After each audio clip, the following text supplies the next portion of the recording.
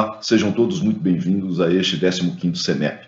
Neste painel, nós vamos falar um pouco sobre o setor de meios de pagamento e sua relação com o consumo consciente e uma nova jornada do consumidor. Eu sou Ricardo de Barros Vieira, vice-presidente executivo da Abex, e estão aqui comigo para brilhar nesse evento a Ana Karina Scarlato, vice-presidente de Produtos e Inovação da Mastercard Brasil, Fernando Amaral, diretor de Produtos e Planejamento do Itaú Unibanco, e Giancarlo Greco, CEO da Elo. Sejam muito bem-vindos e muito obrigado mesmo por participar desse painel com a gente. E para começar, vamos fazer uma pergunta para você, Fernando. Começar por você. De que forma as empresas do setor têm incentivado e influenciado o consumo consciente? Oi, Ricardo, obrigado pela pergunta, obrigado pelo convite de estar aqui, é um prazer sempre estar junto com você, com a Ana Karina e com o Giancarlo aqui. Sabe que esse é um assunto que evoluiu muito, é impressionante como as empresas, acho que vale para a indústria de pagamentos, mas outras indústrias próximas do ecossistema de consumo, como elas vêm incentivando cada vez mais e fazendo mais ações de consumo consciente.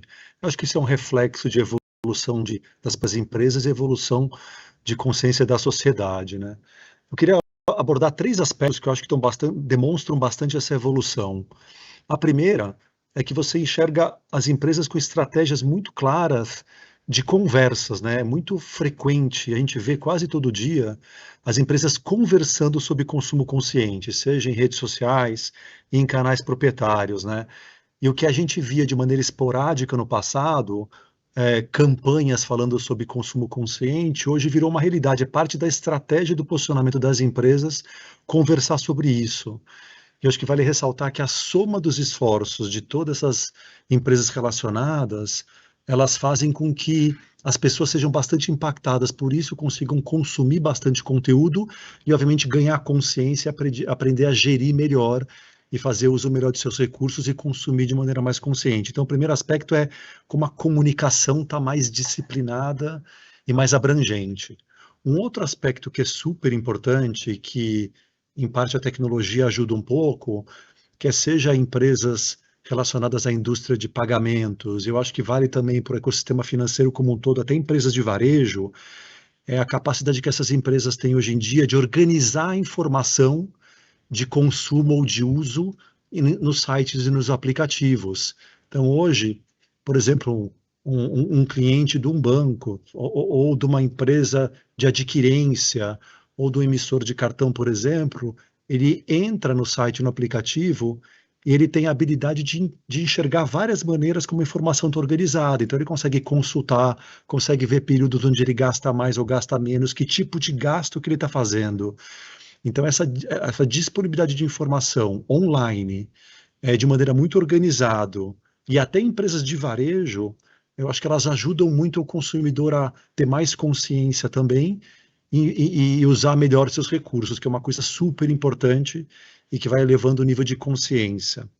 E um terceiro, que eu acho que é um trabalho muito abrangente feito por todos, de educação financeira, né, de aprender a usar, de explicar como consumir, também como poupar para as pessoas realizarem seus sonhos e gerirem melhor seu consumo. Então, esse trabalho de educação financeira que todos vêm fazendo, acho que extrema importância e super importante para a sociedade e para cada indivíduo. E, obviamente, eu não podia deixar de ressaltar, e eu vou terminando aqui a minha contribuição aqui, passando a palavra, o papel importante que a Abex tem nisso. Um dos pilares estratégicos da Abex é trabalhar com educação financeira, promovendo um uso cada vez mais consciente. A Abex faz isso há décadas já, de maneira muito consistente, e tem contribuído muito para esse aumento do consumo consciente no Brasil e em cada pessoa. Era isso. Ricardo, se eu puder adicionar aqui, eu achei muito legal da forma como o Fernando estruturou a resposta, né? Aliás, como ele é sempre, né, bem estruturado, que eu acho que no final das contas, algo que sempre me preocupou é o volume de informações que todos nós, principalmente nesse setor, a gente acaba tendo, mas como essa informação é disponibilizada para o cliente, né, Fernando? Ou seja, e cada vez mais a gente vê esse movimento, né? Ou seja, nessa agenda de Open Banking que a gente tem hoje no mercado, é essa também conscientização que a sua informação ela é sua, né? Então eu vou disponibilizá-la para você, mostrar efetivamente o que eu tenho aqui de informação, e aí, obviamente, você toma a decisão do que você quer fazer. Que eu acho que o grande componente que o Fernando adicionou, que eu acho que é muito legal, é do ponto de vista de educação, né? Que isso sempre me preocupou. E ele caminha, né, Fernando, em vários sentidos. Por exemplo, olha, deixa eu te mostrar os custos relacionados com as suas decisões. Que esse é um negócio que não tinha muito, né? Era sempre algo que... Mas, ao mesmo tempo, e é um negócio que a gente sofreu muito, durante muito tempo, né, Ricardo, no setor, que é... Mas quais os benefícios eu tenho com o meu produto? Por isso que a gente já ouviu, dentro do nosso mercado, e a gente sabe que isso não é uma verdade, não, esse produto é uma commodity.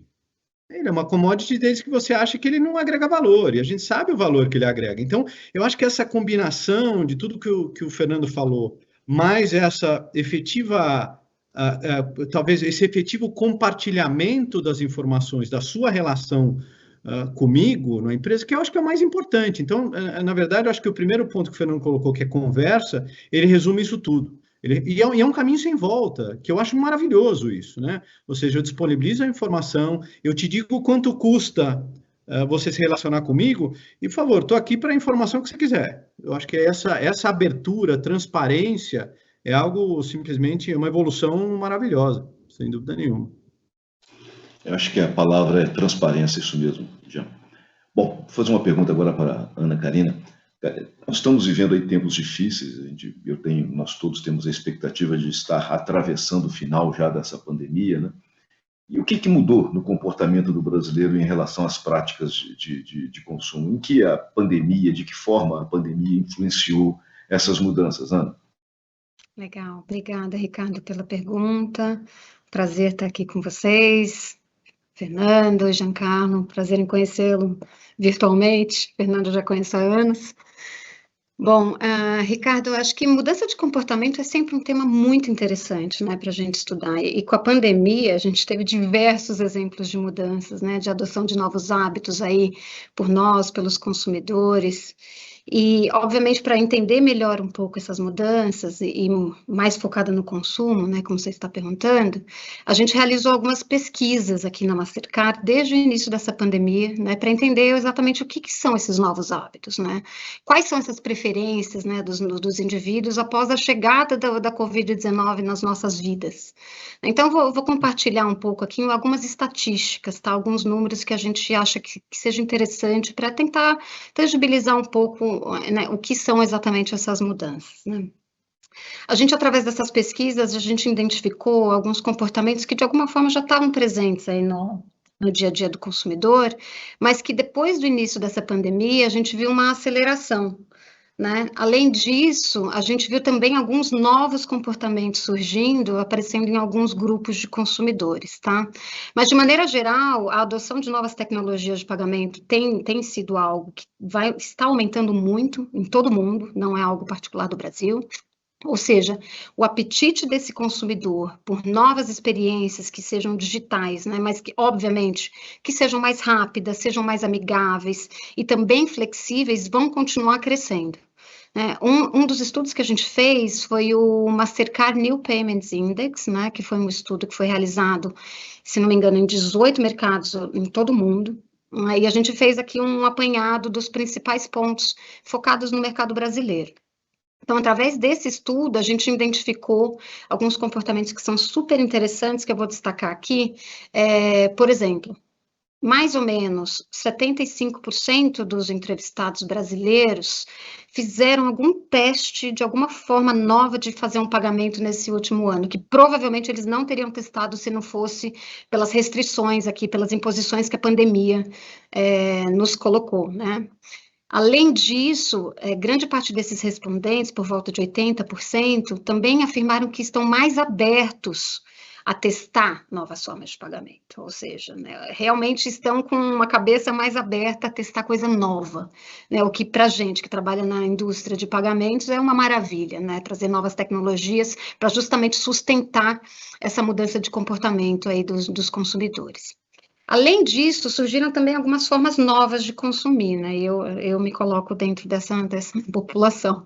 Mais ou menos uns 30% desses entrevistados que a gente realizou a pesquisa fizeram compra online e retiraram seus pedidos pessoalmente pela primeira vez, né? Então, eles compravam online e iam lá fazer o pick-up na loja. Então, é uma mudança que você não via antes da pandemia também. Além disso, fizeram também, estão mais abertos a comprar via aplicativos de redes sociais, coisas que a gente ficava com o pé atrás antigamente. Hoje em dia, mais ou menos 29% testaram durante a pandemia fazer alguma compra nova através desses aplicativos, né, como, por exemplo, Instagram e Facebook. Eu comprei muita coisa durante a pandemia, e é coisa técnica que eu nem precisava. Acho que um outro ponto importante que eu queria destacar aqui, além desses hábitos que já estavam, né, de alguma forma presente no dia a dia, a gente teve também uma intensificação de parte desses hábitos, como se fosse uma forma dos consumidores se adequarem a esse cenário pandêmico nesses últimos 12 meses, né? Então, por exemplo, 60% desses entrevistados revelaram que estão usando com mais frequência, aí é um dado meio óbvio, mas os aplicativos de delivery de comida, mas aqui a gente trouxe um número para saber que mais ou menos 60% usam mais, já usavam antes e agora usam mais, de forma mais intensa, sendo que 59% estão comprando mais em marketplaces online, né? Então tem um boom efetivamente aí de compras online e bem específico também em marketplaces que trazem aí uma variedade de produtos de uma forma mais extensa. Um dado da Mastercard, globalmente falando, e aqui mudando também, mostrando um pouco da mudança né, de formas de fazer pagamento, que só no primeiro trimestre desse ano, a Mastercard registrou globalmente mais de 1 bilhão de transações por aproximação, né? Ou seja, comparado ao primeiro trimestre do ano passado. Ou seja, realmente a transação sem contato por aproximação realmente veio para ficar, né? E foi uma mudança de comportamento super interessante, impulsionada aí pela pandemia esse ano. E esse crescimento foi muito impulsionado no Brasil, né? Pelo menos aqui na Mastercard, nos Estados Unidos também, mas no Brasil teve um crescimento ainda mais acelerado. Por outro lado, e obviamente, né, algumas compras presenciais, por exemplo, como supermercados, diminuíram bastante, e uma boa notícia é que o pagamento em dinheiro também foi colocado em segundo plano, né? 50% desses respondentes das nossas pesquisas revelaram que estão usando muito menos o dinheiro para fazer compra no dia a dia. E além do hábito de consumo, Ricardo, que eu queria mencionar aqui, tem uma outra ótica que a gente também estudou para entender durante aí esse período pandêmico, que foi a mudança. A gente queria entender um pouco como que fica o consumidor, e está muito relacionado às respostas aos temas colocados pelo Fernando e pelo Giancarlo na resposta anterior, que é relacionado ao desenvolvimento sustentável. Como que os consumidores, né, após esse ano de pandemia, estão encarando o desenvolvimento, o consumo consciente, né? E o que é muito interessante é que a gente descobriu que a pandemia alavancou muito a consciência ambiental, né, desses consumidores. E não é algo do Brasil, mas é algo que a gente percebe no mundo inteiro, né? Mais da metade desses entrevistados que a gente fez através de um estudo aqui na Master, isso na América Latina, né, eles têm muito mais consciência quanto ao seu impacto no meio ambiente, né, desde o início da pandemia, coisa que antes eles não tinham tanto. E o melhor aqui é dizer que os brasileiros, essa consciência nos brasileiros, esse número salta para 85%, ou seja, o brasileiro ainda está mais consciente em relação aos seus impactos comparados aí ao resto dos latinos, né? E como o Fernando comentou, que eu achei super interessante, um dos principais impulsionadores dessa consciência tem justamente sido as redes sociais, ou seja, o papel que as redes sociais têm exercido na consciência desse consumo né, trazendo esse canal de comunicação e de conversa, como o Fernando colocou, que eu achei super, super interessante. Então, a rede social aqui cumprindo um papel importante aqui para a sociedade. E também uma outra ótica super relevante que a gente identificou é que mais de metade dos brasileiros também agora estão dando muito mais valor às marcas que eles consumem, que se comportam de uma forma muito mais sustentável, né? Então, dessa grande parte desses consumidores declararam também que é de extrema importância, extrema relevância, que as companhias realmente atuam de forma genuína, de uma forma sustentável aí na construção e no delivery de seus produtos, né? Um último ponto que eu queria comentar aqui é que esses consumidores também estão super exigentes, né? Não só aquilo que eles compram ou os serviços que eles contratam, mas eles também querem entender a origem desse produto, né? O como que foi realizado, se teve algum impacto ou não antes da chegada desse produto no mercado, né? Então, acho que é de extrema importância, que só para finalizar, né, que todas as empresas, né, independente do segmento, que estejam cientes desse cenário novo, que, né, que revisem que seus processos, que se esforcem ao máximo para reduzir esses impactos aí no meio ambiente. É isso que eu queria comentar. Que legal, eu queria reforçar esse último ponto da Ana, que eu acho de extrema importância, assim, como, em função de todas as restrições impostas pela pandemia e, obviamente, até pelo auxílio emergencial, dezenas de milhões de pessoas se digitalizaram, né? No último 1 ano e meio. Então, algumas barreiras enormes foram quebradas. E o mais importante desse efeito gigantesco de digitalização, eu acho que ele está por vir ainda. Porque a hora que essas pessoas quebram essa barreira, elas vão ter condição de acessar de maneira online mais conteúdo. Elas vão ter condição de pesquisar melhor os preços. Vão ter condição também, como a Ana falou, de acessar a característica dos produtos para ver se é um produto ecologicamente sustentável. Então, o que a gente já viu, e eu acho que a gente vai ver muito mais, é uma palavra que a Ana usou também, que o nível de exigência vai aumentar bastante. Dessas dezenas de milhões de pessoas que não tinham acesso a tanta informação. Então, acho que esse nível de exigência maior e maior conscientização, ela acaba colocando mais exigência nas empresas, que vão ter que se desenvolver mais ainda, e gerando um ciclo super virtuoso de mais consciência no mercado inteiro, as empresas evoluindo e os consumidores exigindo mais. Então, acho que a gente vai ver ainda uma evolução muito grande em função desse movimento massivo de digitalização que a gente viu no último ano e meio aqui no Brasil. Era isso. Obrigado, Ana. Obrigado, Fernando. Giancarlo, agora uma pergunta para você. Acho que de tudo que falou, a velocidade de desenvolvimento de novas tecnologias e a grande preocupação de todos, da BEX, como bem ressaltou o Fernando, educação financeira. Então, talvez uma questão que se coloque é como usar a tecnologia e a educação financeira em conjunto para estimular um consumo cada vez mais sustentável. Muito legal, Ricardo. Obrigado pela pergunta. Aliás, o painel está intenso aqui com o Fernando. As discussões, eu acho que elas acabam convergindo de uma forma muito, muito produtiva, né? No final das contas, a gente diz que o que a gente está vivendo nos últimos anos, né, no processo todo de digitalização das relações, ele foi impulsionado pelo que a gente está vivendo ainda, né, no último 1 ano e meio.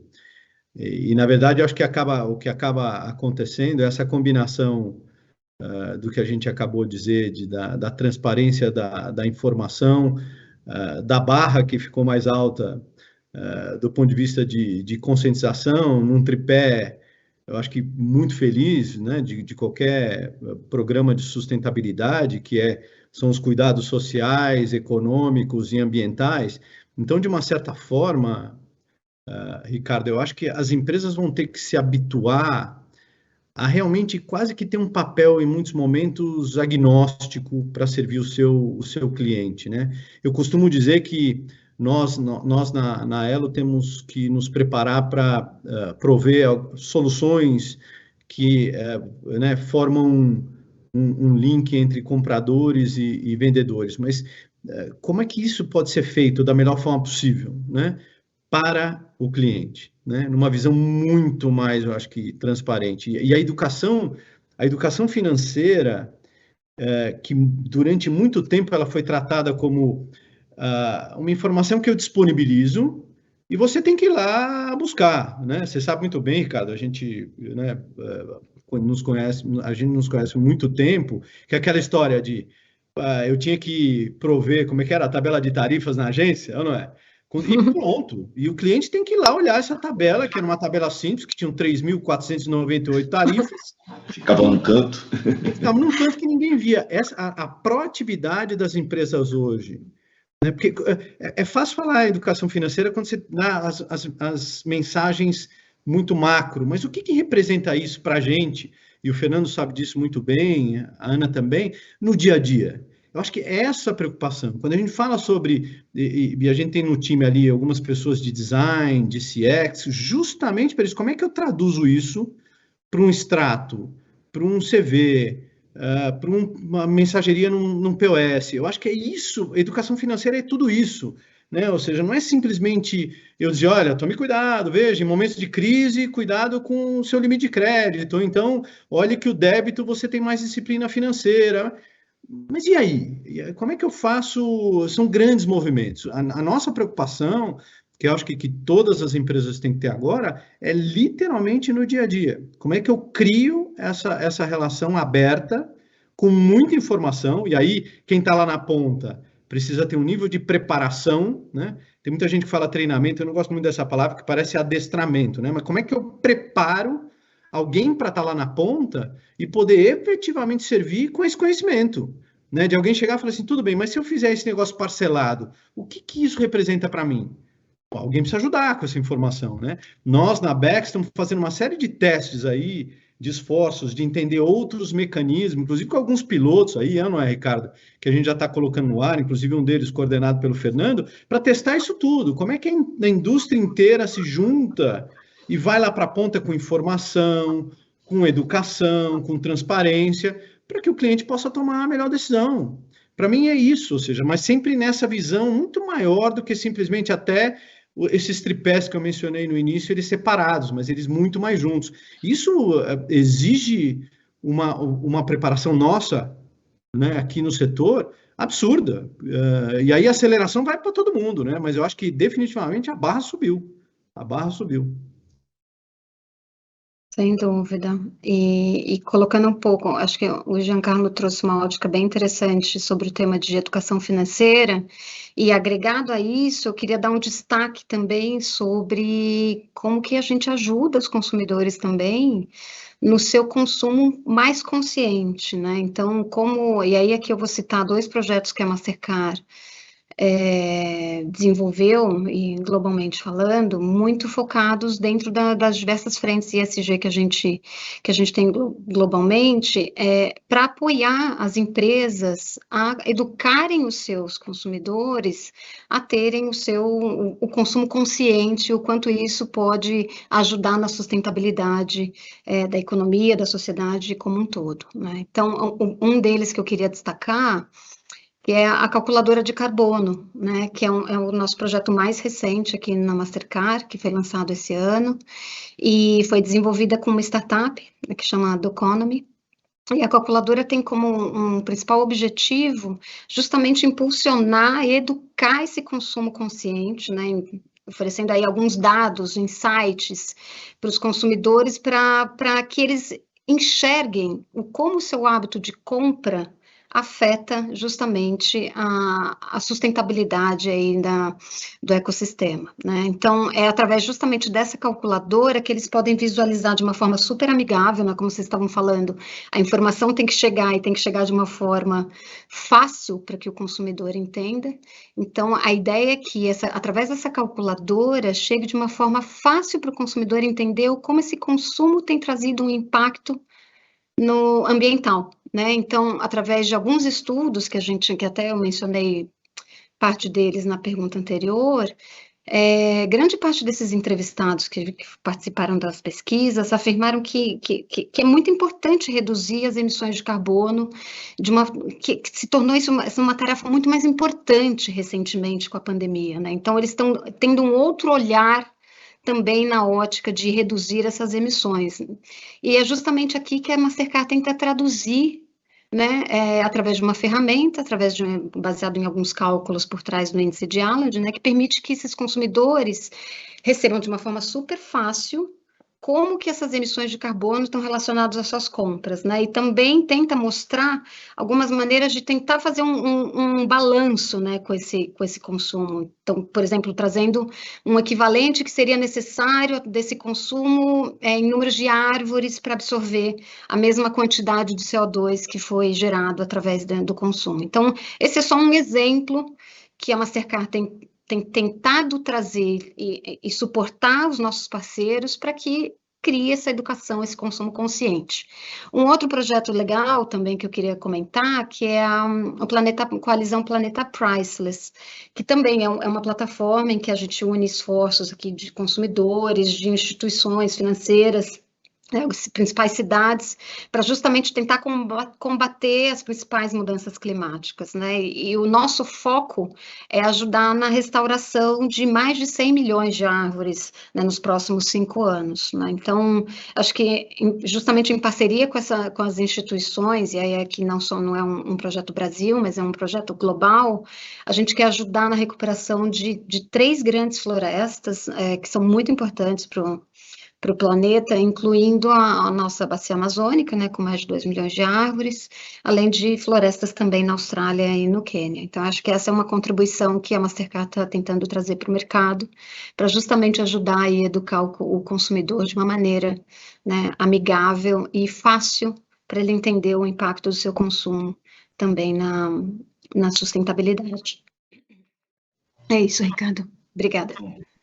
Olha, gente, eu ficaria aqui mais umas 2 horas conversando com vocês sobre isso.